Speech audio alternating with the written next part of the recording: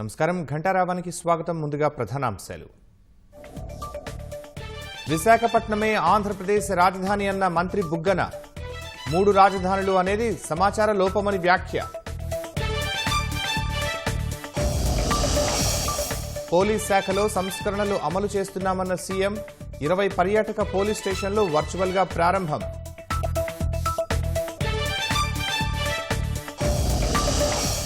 వ్యక్తిగత గొడవలే అంధబాలిక హత్యకు కారణమన్న హోంమంత్రి వనిత.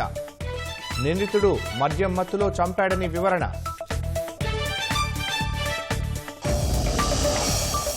ఎయిర్ బస్ నుంచి 250 విమానాల కొనుగోలుకు ఎయిర్ ఇండియా ఒప్పందం. భారత్ ఫ్రాన్స్ భాగస్వామ్యం బలోపేతం కానుందన్న మోదీ. అదానీ వ్యవహారంలో భయపడ్డానికి ఏం లేదన్న అమిత్ షా. విపక్షాలవి నిరాధార ఆరోపణలంటూ ఆగ్రహం.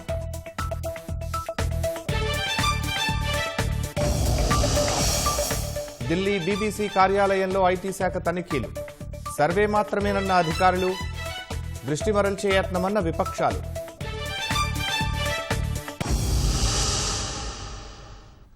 మూడు రాజధానులు అనేది సమాచార లోపమని, విశాఖపట్నమే ఆంధ్రప్రదేశ్ రాజధాని అని ఆర్థిక మంత్రి బుగ్గన రాజేంద్రనాథ్ చెప్పారు. విశాఖలో నిర్వహించే గ్లోబల్ ఇన్వెస్ట్మెంట్ సదస్సుకు సంబంధించి పరిశ్రమల శాఖ బెంగళూరులో నిర్వహించిన రోడ్ షోలో మంత్రి అమర్నాథ్తో కలిసి బుగ్గన పాల్గొన్నారు. రాష్ట్ర విభజన సమయంలో ఏపీ పారిశ్రామికంగా తీవ్రంగా నష్టపోయిందని, అందుకే పారిశ్రామికంగా ఎదిగేందుకు దేశవ్యాప్తంగా ఉన్న పరిశ్రమలను ఆహ్వానిస్తున్నామని ఏపీ ఆర్థిక మంత్రి బుగ్గన రాజేంద్రనాథ్ రెడ్డి అన్నారు. విశాఖ చెన్నై బెంగళూరు హైదరాబాద్ కారిడార్లు ఏపీ నుంచి వెళుతున్నాయన్న మంత్రి, ఈ 3 కారిడార్లలో ఏర్పాటు చేసే పరిశ్రమలకు నీరు, విద్యుత్, భూమి, విమానయాన సదుపాయాలు అందుబాటులో ఉన్నాయని వెల్లడించారు. ఐటీ రంగంలో విశాఖలో పెద్ద ఎత్తున పెట్టుబడులకు అవకాశాలు ఉన్నాయని మంత్రులు స్పష్టం చేశారు. 3 capitals is some sort of a miscommunication. It is basically like this. The administration will be done from Vizag. That is the place that is best suited with the existing infrastructure, and also the best place, the place that is best suited for furthering growth, both ways. The port city that it is, the cosmopolitan nature that is there in the city, and because of the climate, everything, Visakhapatnam we feel is the best suited. The other one is not the capital per se, it is basically having the high court. Just like how you have a big bench in Dharwad and a big bench in Gulbarga, we intend to have our high court principal bench in Kurnool. Why Kurnool is, in 1937 decided that if we have the administrative capital of a Telugu state in the future, the court should be in one location and the administrative capital should be in one location. The reason is to give equal importance to various sub-regions belonging to one primary region. One session of the legislature to be held in Guntur. This basically addresses to a large extent the sub-regional aspirations in the present state of Andhra Pradesh. Focusing on IT sector for Visakhapatnam. And the industrial sector is already placed in Visakhapatnam, in and around Visakhapatnam. The industrial corridors, the pharma hubs, we have the ports. So the main focus to place Visakhapatnam with other cities like Bangalore and Hyderabad. IT is the only sector where we can showcase Visakhapatnam as a city when compared to other Bangalore and Hyderabad cities like Hyderabad. And it's going to be a capital in the next coming few months. Thank you. రాష్ట్ర అప్పులు రెట్టింపయ్యాయన్నది దుష్ప్రచారమన్నారు ముఖ్యమంత్రి ఆర్థిక వ్యవహారాల ప్రత్యేక కార్యదర్శి దుబ్బూరి కృష్ణ.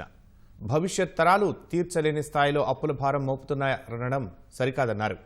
దేశవ్యాప్తంగా అన్ని ప్రభుత్వాల అప్పులు కూడా పెరిగాయని చెప్పుకొచ్చారు. పెండింగ్ బిల్లుల గురించి ఏ ప్రభుత్వమూ బయటకు చెప్పదని స్పష్టం చేశారు. ఇప్పటి వరకు ప్రభుత్వం గ్యారంటీల ద్వారా కార్పొరేషన్ల నుంచి తీసుకున్న రుణాలు 1,27,000 కోట్లు మాత్రమేనని తెలిపారు. మేము చెప్పిన పెండింగ్ బిల్స్ 21,700 crores మేము ఆఫీసర్గా డిక్లేర్ చేస్తాం అసెంబ్లీలో. ఒకటి గ్యారంటీడ్ లోన్స్ అనేటువంటి మేము ఎంత అని చెప్తున్నాం, 1,27,000 వరకు ఉండొచ్చు అని చెప్తున్నాం. బికాజ్ ఇప్పటికి ఇంకా కంప్లీట్ అవ్వలేదు. 1 weekలో మీ ముందుకు వస్తాయి బడ్జెట్ టైంకి. ఏ రాష్ట్రానికైనా బేసికలీ అలా పర్టికులర్గా జీఎస్టీ ఇంప్లిమెంటేషన్ జరిగిన తర్వాత ఎప్పుడు కూడా ఫస్ట్ 10-15 daysలో రెవెన్యూస్ తక్కువ ఉంటాయి. అందుకని ఫస్ట్ 15 days చాలా మటుకు రాష్ట్రాలు కూడా డిపెండ్ ఆన్ బారోయింగ్స్. ఆదాయం తగ్గి అప్పు తగ్గి ఓకే మీకు ఇంత డీబీటీ జరుగుతున్నప్పుడు స్ట్రెయిన్ ఉంటుంది కొంచెం సిస్టంలో. అప్పుడు వేస్ అండ్ మీన్స్ ప్రాబ్లం రావడం వల్ల ఒక డిలే ఏ మంత్ పెండింగ్ ఉంటుంది సార్? ప్రతి మంత్ కొంచెం ఒక 4-5 days డిలే అవుతుంది. టీడీపీ టైంలో ఉన్నటువంటి పెండింగ్ బిల్స్ అన్ని క్లియర్ చేసి అన్ని నేను చెప్పలేము, బికాజ్ దాంట్లో కొన్ని క్లియర్ అవ్వచ్చు, కొన్ని కొత్త ఉండొచ్చు. ఇప్పుడు అది ఈ రోజు అవుట్ స్టాండింగ్ అనేటువంటి అప్పుడు 40,000 crores ఉన్నది. It has come down to 21,673 crores. అడిగారు సార్. టీడీపీ టైంలో పెండింగ్ బిల్స్ క్లియర్ చేయకుండా మీ గవర్నమెంట్ వచ్చిన తర్వాత, మీ పార్టీ వచ్చిన తర్వాత, మీ పార్టీకి సంబంధించిన తప్పండి, దాని ఇన్ఫర్మేషన్ రాంగ్. కాంట్రాక్టర్లకు సంబంధించి ఆ ఇన్ఫర్మేషన్ రాంగ్. వాళ్ళ బిల్స్ అన్ని క్లియర్ లేదండి, దాని ఇన్ఫర్మేషన్ రాంగ్. అప్పుడు వాళ్ళందరూ ముట్టుకుంటారు. దాని ఇన్ఫర్మేషన్ రాంగ్. మీరే అన్నారు టీడీపీ టైం కాంట్రాక్టర్స్ అని, మీరు ఆ రీజన్ తో ముట్టుకుంటున్నారు. నాకు తెలియదు. ఇప్పుడు ఎంత అమౌంట్ పెండింగ్ ఉందో నేను చెప్పగలుగుతాను, వాళ్ళు ఎందుకు ముట్టుకుంటారంటే నేను ఆన్సర్ నేనే ఇవ్వగలుగుతాను. శాఖలో ముందెన్నడూ లేనంతగా సంస్కరణలు అమలు చేస్తున్నామని ముఖ్యమంత్రి జగన్ చెప్పారు. ఇందులో భాగంగానే 20 పర్యాటక ప్రాంతాల్లో ఏర్పాటు చేసిన టూరిస్ట్ పోలీస్ స్టేషన్లను తాడేపల్లి క్యాంప్ కార్యాలయం నుంచి వర్చువల్గా ప్రారంభించారు. స్థానిక పోలీస్ స్టేషన్లకు ఇవన్నీ అనుసంధానమై ఉంటాయని జగన్ చెప్పారు. పర్యాటకులు నిర్భయంగా ఉండొచ్చన్నారు. పర్యాటక ప్రాంతాలు, ఆధ్యాత్మిక ప్రదేశాలను సందర్శించే వారి భద్రత కోసం ప్రత్యేకంగా ఒక 20 లొకేషన్స్ ను ఐడెంటిఫై చేసి కియాస్క్లు పెట్టి, ఈ కియాస్క్లన్నీ కూడా లోకల్ పోలీస్ స్టేషన్ తో అనుసంధానమై, ప్రతి కియాస్క్ లోనూ దాదాపుగా 6 మంది సిబ్బంది, అందులో 8 గంటల షిఫ్ట్ లో 2, 12 గంటల షిఫ్ట్ డ్యూటీలో 3 పనిచేసే విధంగా వీరిని పర్యవేక్షించేందుకు ఒక ఎస్ఐ గాని, ఒక ఏఎస్ఐ స్థాయిలో ఉన్న అధికారిని అదే పనిగా నియమించడం.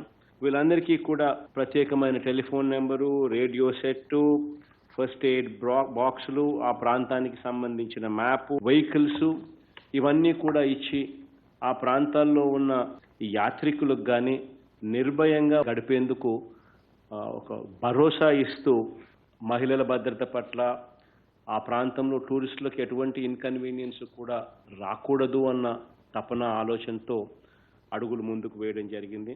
ఇది పోలీస్ శాఖలో మరో సువర్ణ అధ్యయనంగా కూడా ఇది నిలబడిపోతుంది. వైకాపా పాలనలో వైద్య రంగం తిరోగమనంలో పయనిస్తోందని తెలుగుదేశం సీనియర్ నేత యనమల రామకృష్ణుడు విమర్శించారు. సోషల్ ప్రోగ్రెస్ ఇండెక్స్ ప్రకారం పేదలకు ప్రాథమిక వైద్యం అందించడంలో దేశంలో ఏపీ 23వ స్థానానికి దిగజారిందని, ఆరోగ్య రంగంపై జగన్ నిర్లక్ష్యానికి ఇదే నిదర్శనమన్నారు. నాడు నేడు కింద వైద్య రంగం అభివృద్ధికి 1,000 కోట్లు ఖర్చు చేస్తున్నామని ప్రచారార్భాటం చేస్తున్న జగన్ ఆచరణలో మాత్రం ప్రజారోగ్యాన్ని గాలికొదిలేసి జే ట్యాక్స్ వసూళ్లపైనే దృష్టి పెడుతున్నారని ధ్వజమెత్తారు. సీఎం సొంత నియోజకవర్గం పులివెందులలోని 100 పడకల ప్రభుత్వాసుపత్రిలో 4 వైద్యులు కూడా అందుబాటులో లేరంటే ఇక రాష్ట్రమంతా పరిస్థితిని అర్థం చేసుకోవచ్చునని యనమల ధ్వజమెత్తారు. ఆరోగ్యశ్రీని అనారోగ్యశ్రీగా మార్చేశారని విమర్శించారు. ముఖ్యమంత్రికి ప్రచార పిచ్చి తప్ప ప్రజా సమస్యలు పట్టడం లేదని జనసేన పీఎస్సీ చైర్మన్ నాదెండ్ల మనోహర్ విమర్శించారు. ఇంటింటికి ఫోటో స్టిక్కర్ అంటించాలన్న నిర్ణయంపై మండిపడ్డారు. ముందుగా మంత్రులు, ఎమ్మెల్యేల చేతులపై ముఖ్యమంత్రి ఫోటో పచ్చబొట్లు వేయించాలని ఎద్దేవా చేశారు. ఇంటికి తిరిగి స్టిక్కర్లు అంటించాలి, చివరికి మన మొబైల్ ఫోన్స్ పైన కూడా వాళ్ళు స్టిక్కర్లు అంటించాలనే ఒక కార్యక్రమం ప్రారంభించిపోతున్నారంటే ఇంత పబ్లిసిటీ పిచ్చి ఎందుకు వచ్చిందో మరి ముఖ్యమంత్రికి నాకు అర్థం కాదు. అసలు ముందుగా నేను ముఖ్యమంత్రి గారిని కోరేది ఏంటంటే, మీ మంత్రులు, ఎమ్మెల్యేల పైన మీకు నమ్మకం లేదు కాబట్టి ముందు వాళ్ళకి పచ్చబొట్లు వేయించండి. మీరు స్టిక్కర్లు ఎందుకు? ముందు వైఎస్ఆర్సీపీ మంత్రులకి, ఎమ్మెల్యేలకి పచ్చబొట్లు వేయించి రేపటి రోజున మీరు ప్రచారం ఆదర్శవంతంగా వాళ్ళందరూ వాళ్ళ చేతుల మీద చూపించుకుని, మేము వైఎస్ఆర్ పార్టీకి సంబంధించిన వాళ్ళం, జగన్ అన్నకి మేము తోడుగా ఉంటాం, ఆయన అంటే మాకు భరోసా. ఎంత భరోసా నిండిపోయిందంటే ఎక్కడ పోయినా కూడా సంవత్సరం తర్వాత పెన్షన్లు ఇస్తున్నారు. తాడేపల్లిలో అంధబాలికను హత్య చేసిన నిందితుడు రాజును పోలీసులు అరెస్టు చేశారు. గుంటూరు జిల్లా ఇన్ఛార్జ్ ఎస్పీ వకుల్ జిందాల్ రాజును మీడియా ముందు ప్రవేశపెట్టారు. అతడిపై రౌడీ షీట్ ఓపెన్ చేస్తామని, శిక్ష పడేలా చేస్తామని వెల్లడించారు. అతను మందు తాగి ఉన్నాడు. ఆ మందు మత్తులో ఈ అంతా అతను చేయడం జరిగింది. ఈ ఎవరైతే డిసీజ్డ్ ఉన్నారో ఆమెను ఇంతకుముందు ఎప్పుడు కూడా ఇట్లాంటి హరాస్మెంట్ చేయలేదు. సడన్గా ఆ రోజు సాయంత్రం అతను ఫస్ట్ టైం ఇది చేయడం జరిగింది. దాని తర్వాత ఆమె మదర్ను కంప్లైంట్ చేస్తే వాళ్ళు అతనిని మందులిస్తే తర్వాత ఈ ఇన్సిడెంట్ సడన్గా జరిగింది. ఈ కేసు ఇన్వెస్టిగేషన్ త్వరగా on proper and scientific lines complete చేసుకుని దాంట్లో ఛార్జ్షీట్ వేయడం జరుగుతుంది. ఈ కేసులో కన్విక్షన్ వచ్చేలాగా ఖచ్చితంగా అన్ని చర్యలు తీసుకుంటాము. తాడేపల్లిలో అందబాలికను చంపేసిన నిందితుడు గంజాయి సేవించలేదని, మద్యం మత్తులో హత్య చేశాడని హోంమంత్రి తానేటి వనిత అన్నారు. వ్యక్తిగత కక్షతోనే ఆ అమ్మాయిని చంపినట్లు తెలిపారు. సీతానగరంలో మహిళా నర్సుపై అత్యాచార ఘటనలో రెండో నిందితుడి కోసం పోలీసులు విస్తృతంగా గాలిస్తున్నారని చెప్పారు. ప్రతిపక్షాలు ప్రతిదాన్ని విమర్శించడం సరికాదన్నారు. గంజాయి మత్తులో చేశారు అని, అది గంజాయి మత్తు కాదండి, మద్యం మత్తులో చేశారు. అది కూడా వాళ్ళకున్న వ్యక్తిగత గొడవలతో అతను మద్యం మత్తులో వచ్చి ఆ అమ్మాయిని హత్య చేయడం జరిగింది. హత్య చేసిన ఆ వ్యక్తి అతన్ని వితిన్ 1 అవర్లో మా పోలీసులు అరెస్ట్ చేయడం జరిగింది, అదుపులోకి తీసుకోవడం జరిగింది.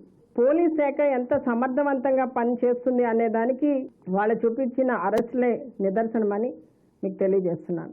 ఈ రోజున ఇలాంటి సంఘటనలు రిపీట్ అవ్వకుండా క్రైమ్ రేట్ను తగ్గించడం కోసం ప్రభుత్వం ఎలాంటి చర్యలు తీసుకుంటుంది అనే దాన్ని కూడా తెలుసుకోవాలి ప్రతిపక్షం వాళ్ళు. అవేమీ తెలుసుకోకుండా ఎంతసేపు కూడా రాజకీయం చేద్దాము, సానుభూతి సంపాదించుకుందామనే ప్రయత్నం చేస్తే అది చాలా తప్పండి. బీబీసీ కార్యాలయాల్లో ఆదాయ పన్ను శాఖ సర్వే చేపట్టింది. ఢిల్లీ, ముంబైలోని బీబీసీ కార్యాలయాల్లో పన్ను ఎగవేతపై దర్యాప్తు చేపట్టినట్లు ఆదాయ పన్ను విభాగం అధికారులు తెలిపారు. బీబీసీ భారత్ వ్యాపార కార్యకలాపాల దస్త్రాలపై దృష్టి పెట్టారు. ప్రధాని మోదీపై బీబీసీ విడుదల చేసిన డాక్యుమెంటరీ వివాదాస్పదమైన వేళ ఆ సంస్థ కార్యాలయాల్లో ఐటీ సర్వే చేపట్టడం చర్చనీయాంశమైంది. బీబీసీ వ్యాపార సంబంధ పత్రాలను మాత్రమే పరిశీలిస్తున్నట్లు ఐటీ విభాగం తెలిపింది. బీబీసీ ప్రమోటర్లు, డైరెక్టర్ల నివాసాలు, ఇతర ప్రాంతాల్లో సోదాలు చేయబోమని స్పష్టం చేసింది. డాక్యుమెంట్లు పరిశీలించడానికి తాము కేవలం సర్వే చేస్తున్నామని, ఇవి సోదాలు కావని ఐటీ అధికారులు వెల్లడించారు. సర్వే సందర్భంగా పలువురు జర్నలిస్టుల సెల్ ఫోన్లు, ల్యాప్టాప్లను అధికారులు స్వాధీనం చేసుకున్నారు. బీబీసీ కార్యాలయాల్లో ఆదాయ పన్ను శాఖ సర్వే నేపథ్యంలో విపక్షాల విమర్శలకు బ్రిటిష్ బ్రాడ్కాస్ట్కు వ్యతిరేకంగా విషపూరిత రిపోర్టింగ్ను పలుసార్లు చేసిందని భాజపా ఆరోపించింది. ఆ ప్రచారానికి కాంగ్రెస్ ఎజెండా తోడైందని మండిపడింది. ప్రభుత్వ రంగ సంస్థలు తమ పనిని తాము చేసుకుంటూ పోతాయని, వాటికి అడ్డు పడకూడదని భాజపా జాతీయ అధికార ప్రతినిధి గౌరవ్ భాటియా అన్నారు. బీబీసీ ప్రపంచంలోనే అత్యంత అవినీతి సంస్థ అని, మాజీ ప్రధాని ఇందిరాగాంధీ కూడా బీబీసీని నిషేధించారని, ఆ విషయాన్ని కాంగ్రెస్ గుర్తుంచుకోవాలని అన్నారు.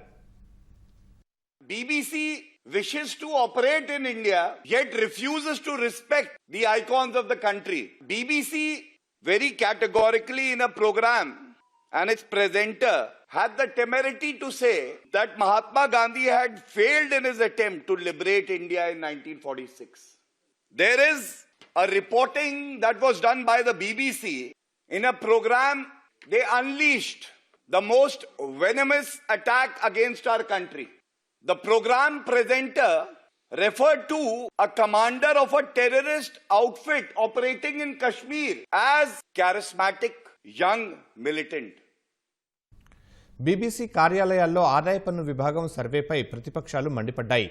అదానీ అంశంపై సంయుక్త పార్లమెంటరీ కమిటీ జేపీసీ కోసం తాము డిమాండ్ చేస్తూ ఉంటే ప్రభుత్వం బీబీసీ వెంటపడిందని కాంగ్రెస్ విమర్శించింది. ఇది నియంతృత్వ పోకడలకు నిదర్శనమని కాంగ్రెస్ ప్రధాన కార్యదర్శి కేసీ వేణుగోపాల్ మండిపడ్డారు.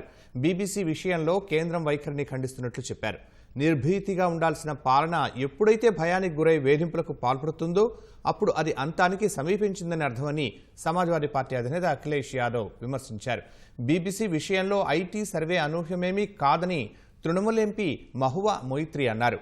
ప్రభుత్వానికి ప్రియమైన వ్యక్తి విషయంలో ప్రేమికుల రోజు సర్వేలు ఎందుకు జరగడం లేదని ఆమె ప్రశ్నించారు. నిజం మాట్లాడే వారిని అణచివేయటం కేంద్రానికి పరిపాటేనని పీడీపీ అధినేత్రి మెహబూబా ముఫ్తీ మండిపడ్డారు. వినాశకాలే విపరీత బుద్ధి అంటూ కాంగ్రెస్ ఎంపీ జయరాం రమేష్ వీడియోను ట్వీట్ చేశారు. यहाँ हम जेपीसी की मांग कर रहे हैं अडानी के मामले में और वहां सरकार बीबीसी के पीछे पड़ी हुई है. विनाशकाले विपरीत बुद्धि. ప్రతిపక్షాలపై ప్రతీకార రాజకీయాలకు పాల్పడుతున్నామని ప్రధాని మోదీనే స్వయంగా అంగీకరించారని తమిళనాడు సీఎం స్టాలిన్ ఆరోపించారు. ఎన్ఫోర్స్మెంట్ డైరెక్టరేట్ ఈడీ విపక్షాలను ఏకం చేస్తోందన్న ప్రధాని వ్యాఖ్యలే అందుకు నిదర్శనమన్నారు. ఇలాంటి రాజకీయ సిద్ధాంతాలు ప్రజాస్వామ్యానికి మంచిది కాదని, దేశానికి ఎలాంటి మేలు చేయవన్నారు.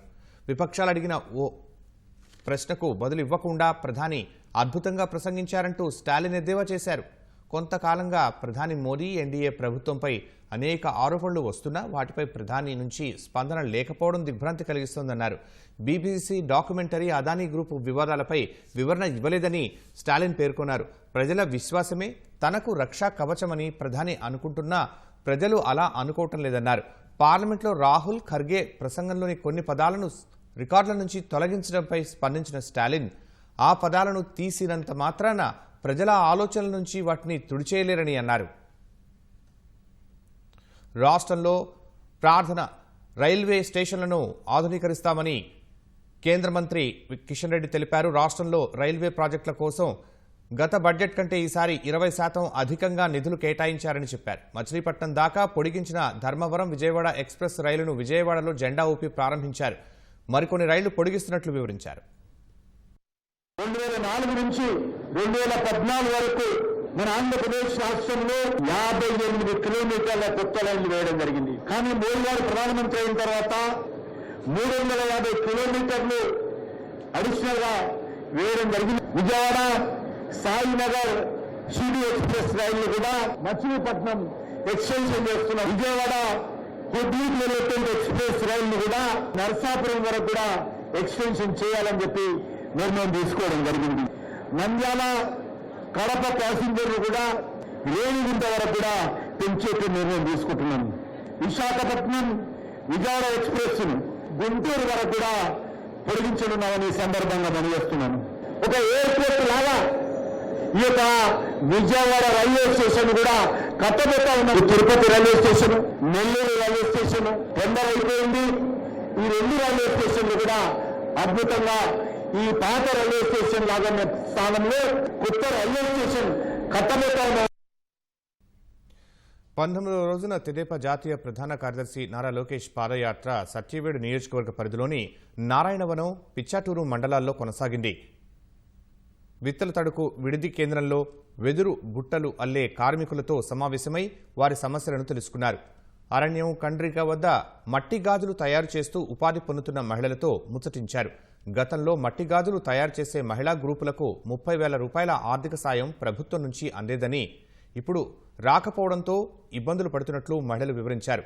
తర్వాత తుంబూరు ఎస్సీ కాలనీకి చెందిన మహిళలు లోకేష్ను కలిసి దళితులకు 200 యూనిట్ల వరకు ఉచిత విద్యుత్ ఇస్తామని చెప్పిన జగన్ ఆ రాయితీని తొలగించారని ఆవేదన వ్యక్తం చేశారు. 200 యూనిట్ల వరకు ఎలాంటి షరతులు లేకుండా ఎస్సీ కాలనీలకు ఉచిత విద్యుత్ అందిస్తామని లోకేష్ హామీ ఇచ్చారు. అంతకుముందు లోకేష్ను తిరుపతి జిల్లా తెదేపా నాయకులు కలిసి శ్రీకాళహస్తి, తిరుపతి, చంద్రగిరి నియోజకవర్గాల్లో పాదయాత్ర ఏర్పాట్లపై చర్చించారు. ప్రకాశం జిల్లా కనిగిరి వైకాపా ఎమ్మెల్యే బుర్రా మధుసూదన్కు నిరసన సెగ తగిలింది. కనిగిరి మున్సిపాలిటీ పరిధిలోని శంఖవరంలో పర్యటించిన ఎమ్మెల్యేను మహిళలు నిలదీశారు. 4 ఏళ్లుగా రోడ్డు, తాగునీరు లేక ఇబ్బందులు పడుతున్నామని వాపోయారు. వర్షం పడితే నీళ్లు నిలిచి ఇబ్బంది పడాల్సి వస్తుందని ఆగ్రహం వ్యక్తం చేశారు. త్వరలోనే అన్ని సమస్యలు పరిష్కరిస్తామంటూ ఎమ్మెల్యే సర్ది చెప్పి ముందుకు సాగగా కొన్నేళ్లుగా ఇదే చెబుతున్నారంటూ మహిళలు ఆక్రోశించారు.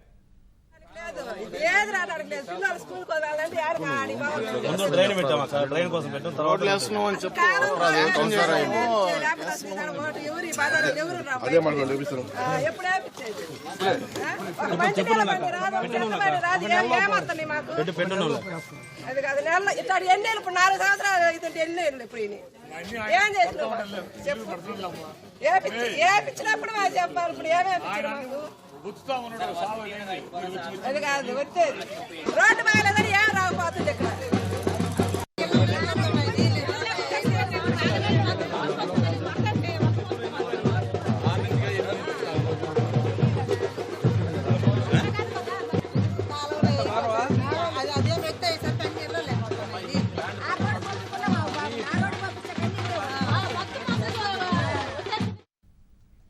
ఎన్టీఆర్ జిల్లా నందిగామలో గనులు భూగర్భ శాఖ ఏడీ కార్యాలయానికి భవన యజమాని హనుమంతరావు తాళం వేసి నిరసన వ్యక్తం చేశారు. 14 నెలలుగా అద్దె చెల్లించడం లేదని ఆగ్రహం వ్యక్తం చేశారు.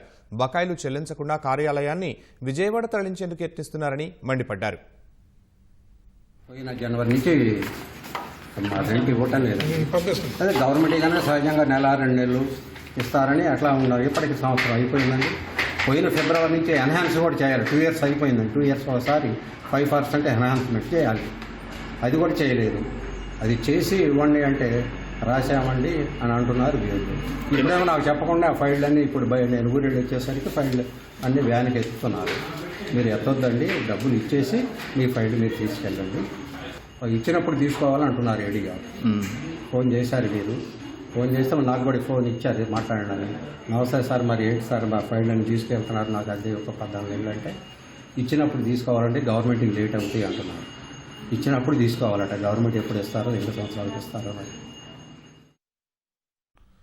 విజయవాడ కృష్ణలంకలో ఇటీవల గడప గడపకు మన ప్రభుత్వం కార్యక్రమంలో దేవినేని అవినాష్ను ప్రశ్నించిన కుటుంబంలోని చోటి అనే మహిళ గుండెపోటుతో చనిపోయారు.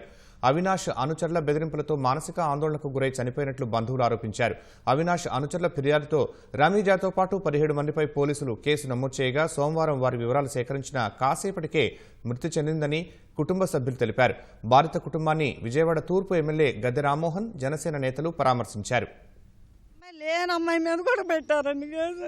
ఇది భయపడి నిన్న మోషన్ అయిపోయి వాళ్ళు ఎందుకు వచ్చారు కేసు పెట్టారు వాళ్ళని భయపడి మోషన్ అయిపోయి అడ్డటాకు చనిపోయిందండి అమ్మాయి. దానికి బాధలేమండి అవినాష్ గారేగా, ఆయనకేగా పనిచేసింది, ఆయనకి ఆర్తలు ఇచ్చింది, కొబ్బరికాయలు కొట్టింది, ఎన్ని చేసిందండి చచ్చిపోయిన అమ్మాయి. నిన్న వాళ్ళు రాగానే భయపడిపోయి అలా ప్రాణం వదిలేసిందండి అమ్మాయి. వాళ్ళే కారణం అండి, వాళ్ళే కారణం. ఇదిగో ఇక్కడ ఒక 2 ఉన్నారు ఆడవాళ్ళు, రమణ చిన్నారని, ఇక్కడ బూలచ్చి రామరెడ్డి, వీళ్ళందరూ ఇటు ఉన్నారండి, వాళ్ళే కారణం. గొడవ జరిగినప్పుడు ఇవాళ చనిపోయిన అమ్మాయి డోకుపర్తి చోటి అనే ఆవిడ 9వ తారీఖు అండి. 9వ తారీఖు చూడండి, డేట్ కూడా చూడండి ఉంటుంది చూడండి. గొడవ జరిగిన రోజు 9వ తారీఖు అండి. అను హాస్పిటల్లో ఉంది. ఆవిడ పేరు పెట్టారు. ఆవిడకి కనీసము లంగ్స్లో వాటర్ చేరి ఆవిడకి హార్ట్ 30% కొట్టుకుంటుంది. చాలా వరకు ఏదైనా ఉంటే సడన్గా విషయాలు చెప్పబాకండి, చాలా చంటలను చూసుకున్నట్టు చూసుకోవాలని చెప్పేసి డాక్టర్ గారు సజెషన్ చేస్తే నడవలేని స్థితిలో బెడ్ మీద ఉంటే ఆవిడ పేరు జత చేశారు. పిఆర్ఓ గారు వచ్చి హడావుడి చేశారు. హడావుడి చేసి ఎలాంటి హడావుడి చేశారంటే మీరు సచ్చినట్టుగానే మాకు పైనుంచి వచ్చింది ప్రభుత్వం తరపు నుంచి, మీరు దీనికి అంగీకారంగా ఒప్పుకోండి, మీరు అంగీకారంగా ఒప్పుకోండి ఇట్లు అని చెప్పేసి అని రాపిచ్చారు సార్. ఆందోళన అయిపోయి కంగారు పడిపోయిందంట. అప్పటికే నేను వచ్చి నచ్చ చెప్పా, ఏం లేదు అసలు నీ పేరు అనేది లేదు, నువ్వు లేవుగా నీ పేరు ఎందుకు వస్తుంది అంటే సరే అని చెప్పి ఆ పిల్ల రాపిచ్చి వచ్చేసింది. రాపి మాకమైన ఇలా మోషన్స్ అయిపోయి ఇలా జరిగింది. హాస్పిటల్ తీసుకెళ్లే దారిలోనే ఆ దారి అక్కడికి వెళ్ళేసరికి చనిపోయింది. ఎస్సీ ఎస్టీ పిఓసి యాక్ట్ పెట్టి వాళ్ళని ఇబ్బంది పెట్టడానికి డిపార్ట్మెంట్ వాళ్ళు, దాంతోపాటు రెవెన్యూ వాళ్ళు గత 15 రోజుల నుంచి ఇంటి చుట్టూ తిరిగిన వాళ్ళు తిరుగుతూనే ఉన్నారు. రకరకాల టెన్షన్లు క్రియేట్ చేసి అసలే బలహీనంగా ఉన్న మనిషి ఈ టెన్షన్లకి ఇవాళ గుండెకి మరణించింది. దీనికి బాధ్యులు ఎవరని అడుగుతాను. పాత గొడవలన్నీ మర్చిపోయి ప్రశాంతమైన వాతావరణంలో విజయవాడ నగరం ఉంటే మరలా మీరు పాత చరిత్రలను తిరగదోడి ఇక్కడ భయాందోళనకు గురి చేయడానికి మీరు చేసే ప్రయత్నం అనేక మంది ప్రాణాలు పోగొట్టుకుని ఆ కుటుంబాల యొక్క ఉసురు మీకు తగలక తప్పదని నేను తెలియజేస్తున్నా. అల్లూరు సీతారామరాజు జిల్లా హుకుంపేట మండలం యు బొడ్డపుట్టు ప్రాథమిక పాఠశాలలో విషాదం చోటు చేసుకుంది. పాఠశాల ఆవరణలో చదువుకుంటున్న వారిపై విద్యుత్ స్తంభం కూలడంతో విద్యార్థిని మృతి చెందగా మరొకరికి తీవ్ర గాయాలయ్యాయి. క్షతగాత్రురాలిని హుకుంపేటలోని ఆసుపత్రికి తరలించి చికిత్స అందిస్తున్నారు. పాఠశాలలో నాడు నేడు పనులు జరుగుతుండటంతో విద్యార్థులకు పాఠశాల ఆవరణలోనే పాఠాలు బోధిస్తున్నారు. ఒరిగిన విద్యుత్ స్తంభాలను తొలగించకపోవడమే ప్రమాదానికి కారణమని విద్యార్థి సంఘ నాయకులు ఆరోపించారు. పెళ్లైన 4 రోజులకే నవదంపతులు రోడ్డు ప్రమాదానికి బలవడం 2 కుటుంబాల్లో పెను విషాదం నింపింది. శ్రీకాకుళం జిల్లా ఇచ్చాపురంలోని బెల్లుపడ కాలనీకి చెందిన వేణుకు ఒడిశా బరంపురానికి చెందిన ప్రవల్లికతో ఈ నెల 10న సింహాచలంలో వివాహం జరిగింది. ఈ నెల 12న ఇచ్చాపురంలో వివాహ అనంతర విందు ఇచ్చారు. సోమవారం బైక్పై బరంపురం వెళ్లిన నవదంపతులు తిరిగి ఇచ్చాపురం బయలుదేరారు. గొలంత్ర గ్రామ సమీపంలో జాతీయ రహదారిపై ఓ ట్రాక్టర్ ఢీకొనడంతో ప్రమాదానికి గురయ్యారు. ప్రవల్లిక అక్కడికక్కడే మృతి చెందగా వేణు బరంపురం ఆసుపత్రిలో చికిత్స చేస్తూ ఉండగా చనిపోయాడు. పార్వతీపురం మన్యం జిల్లా చెల్లంపేటలో దేశీనాయుడు అనే వృద్ధుడు ఏనుగు దాడిలో ప్రాణాలు కోల్పోయాడు. బహిర్భూమికి వెళుతున్న వృద్ధుడిపై ఓ ఏనుగు దాడి చేయడంతో అక్కడికక్కడే మృతి చెందాడు. ఏనుగుల దాడిలో 4 ఏళ్లలో 10 మంది చనిపోయారని స్థానికులు ఆవేదన వ్యక్తం చేశారు. ఏనుగుల మంద ఊళ్ళోకి రాకుండా అధికారులు చర్యలు తీసుకోవాలని కోరుతున్నారు. ఎయిర్ ఇండియా ఆపరేషన్స్ మరింత విస్తరింపజేయాలని నిర్ణయించిన టాటా గ్రూప్ 250 కొత్త విమానాలను కొనుగోలు చేయనుంది. ఈ మేరకు ఫ్రాన్స్కు చెందిన ఎయిర్బస్ సంస్థతో ఒప్పందం చేసుకుంది. వర్చువల్గా జరిగిన కార్యక్రమంలో ప్రధాని నరేంద్ర మోదీ, ఫ్రాన్స్ అధ్యక్షుడు ఇమాన్యుయల్ మాక్రాన్ తదితరులు పాల్గొన్నారు. ఎయిర్ ఇండియాను లాభాల బాట పట్టించేందుకు వచ్చే 5 ఏళ్లలో సమూల మార్పులు చేయాలని టాటా గ్రూప్ నిర్ణయించింది. ఎయిర్ ఇండియా, ఎయిర్ బస్ మధ్య కుదిరిన ఒప్పందం వల్ల భారత్, ఫ్రాన్స్ మధ్య వ్యూహాత్మక బంధం మరింత బలోపేతం అవుతుందని ప్రధాని నరేంద్ర మోదీ ఆశాభావం వ్యక్తం చేశారు. పౌర విమానయాన రంగంలో మరింత వృద్ధి చెందాలన్న భారత ఆకాంక్షలను చేరుకోవడంలో ఈ ఒప్పందం ఉపయోగపడుతుందన్నారు. గత 8 ఏళ్లలో విమానాశ్రయాల సంఖ్య 74 నుంచి 147కి పెరిగిందని ప్రధాని చెప్పారు. ఉడాన్ పథకం ద్వారా మారుమూల ప్రాంతాలకు కూడా విమాన సౌకర్యం అందుబాటులోకి వచ్చిందన్నారు. ప్రజల సామాజిక, ఆర్థిక అభివృద్ధికి దోహదం చేసిందని ప్రధాని మోదీ తెలిపారు. రాబోయే 15 ఏళ్లలో భారత్కు దాదాపు 2000 విమానాల అవసరం ఉంటుందని పేర్కొన్నారు. భారత్, ఫ్రాన్స్ స్నేహపూర్వక బంధానికి ఈ ఒప్పందం మరో మైలురాయి అని ఫ్రాన్స్ అధ్యక్షుడు మాంద్యం భయాలు ఎలక్ట్రిక్ కార్ల వ్యాపారంలో పోటీ పెరగడంతో వచ్చే 3 ఏళ్లలో 3800 ఉద్యోగాలను తొలగించనున్నట్లు ప్రముఖ కార్ల కంపెనీ ఫోర్డ్ ప్రకటించింది. జర్మనీలో 2300 మంది, బ్రిటన్లో 1300 మంది, ఐరోపాలోని ఇతర దేశాల్లో 200 మందిని తొలగించనున్నట్లు తెలిపింది. 2035 కల్లా ఐరోపాలో ఎలక్ట్రిక్ వాహనాలను మాత్రమే విక్రయించాలన్న తమ లక్ష్యం మారదని పేర్కొంది. 2025 నాటికి ఇంజనీరింగ్ విభాగంలో 2800 ఉద్యోగాలను, అడ్మినిస్ట్రేషన్ విభాగంలో 1000 ఉద్యోగాలను తగ్గించాలని లక్ష్యంగా పెట్టుకున్నట్లు ఫోర్డ్ వెల్లడించింది. ఉద్యోగులకు తమ మద్దతు ఉంటుందని వారికి హామీ ఇస్తున్నామని పేర్కొంది. ఫోర్డ్కు ఐరోపాలో మొత్తం 34,000 మంది ఉద్యోగులు ఉన్నారు. నంద్యాల జిల్లా డోన్లోని వైఎస్ నగర్ వద్ద ఓ తాగునీటి పైప్లైన్ పగిలి నీరు పెద్ద ఎత్తున వృధాగా పోయింది. కొండపేట ప్రజలకు తాగునీరు సరఫరా చేసే పైప్లైన్ పగలడంతో నీరు ఫౌంటైన్లా ఉవ్వెత్తున ఎగిసిపడింది. అటుగా వెళుతున్న ప్రయాణికులు ఈ దృశ్యాలను చిత్రీకరించారు. అధికారులు నీటి సరఫరా ఆపేసి మరమ్మతులు చేపట్టారు.